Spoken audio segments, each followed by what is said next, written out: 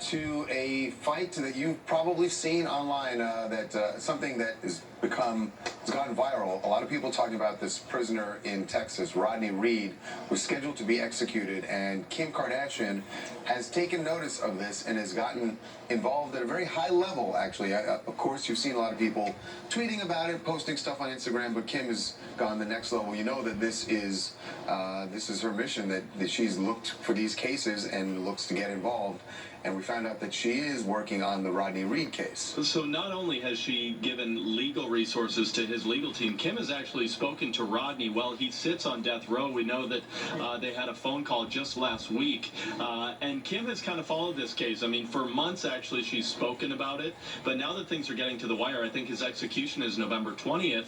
She understands the pressure's on. There is a witness who's come forward. There's another person in jail who's come forward who said Rodney isn't the person who did this. So she's doing everything she can to lend her voice and whatever resources she has to stop this execution. So the new information that's coming out, he was convicted over 20 years ago now for the murder of a woman named Stacy Stites in Texas. And the new information is that another inmate has come forward and said that Stacy's fiance at the time of her murder told him that he actually that he did it. So I'm confused. That information is coming from another inmate who was.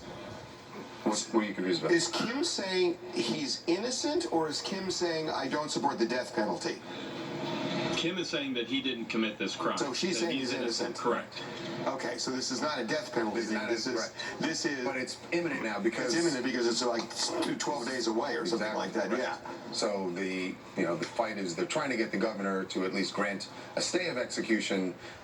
You know what's interesting? I watched Van Jones a couple of days ago, and he is there's an interesting tightrope that people are walking, because Van Jones, like a lot of people, just thinks Donald Trump has done a tremendous amount of damage. At the same time, he feels that Donald Trump has done a good job with prison reform. Right. And so he was saying that, you got to criticize him when he does bad things, but you should praise him when he does good things. And he's taking some heat for that. And he actually addressed it a little bit a couple of days ago. But it's an interesting tightrope that people are walking, because things are so polarized. Yes. Polarized. Yes. And especially after the whole Ukraine thing now, that, because impeachment's going to happen. When impeachment there's all the talk about impeachment, and that's going to happen, and yet you still want to... I just found it very interesting that Kim is kind of walking the same tightrope there. Right.